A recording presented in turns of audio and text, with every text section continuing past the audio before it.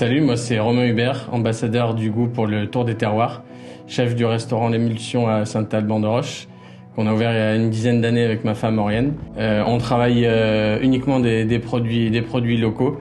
Et aujourd'hui, j'ai décidé de vous faire découvrir un producteur de vinaigre balsamique à Izeron, Hervé Bollot, la balsamerie La Clandestine. Et il a voulu nous faire découvrir un vinaigre balsamique de citron vert, une nouveauté. Et pour déguster son vinaigre, j'ai préparé une truite gravlax que j'ai fait cuire au sel avec des baies de genièvre des Hautes-Alpes qu'on allait ramasser du côté de Névache, où on passe beaucoup de temps. Et puis quelques herbes qui, voilà, je pense, vont bien se marier avec le citron vert du balsamique.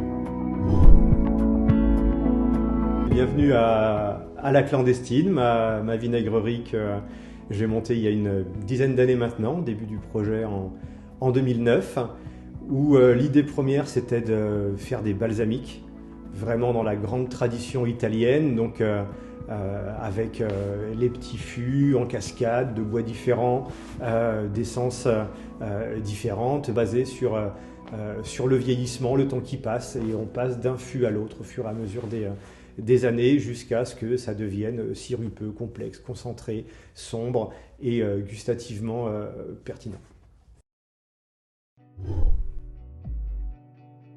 Donc là, pour mettre en avant le vinaigre d'Hervé, j'ai décidé de faire une recette autour de la betterave. On a cuit des betteraves au sel pendant 2 heures dans une cocotte, dans une croûte de sel. J'ai fait 2 textures de betterave, une purée de betterave bien vinaigrée qui va nous servir un petit peu de condiment, et les betteraves cuites au sel qu'on va trancher finement comme un carpaccio et faire un peu comme une petite fleur avec des pétales de betterave. Et on va l'accompagner de la même truite que j'ai amenée chez Hervé. On va rajouter une poudre d'hibiscus pour ajouter un petit côté floral et acidulé sur le plat. Et au dernier moment, le filet de vinaigre balsamique avec quelques gouttes d'huile d'olive. J'ai choisi son vinaigre balsamique entre deux, donc c'est à peu près 6 ans de vieillissement.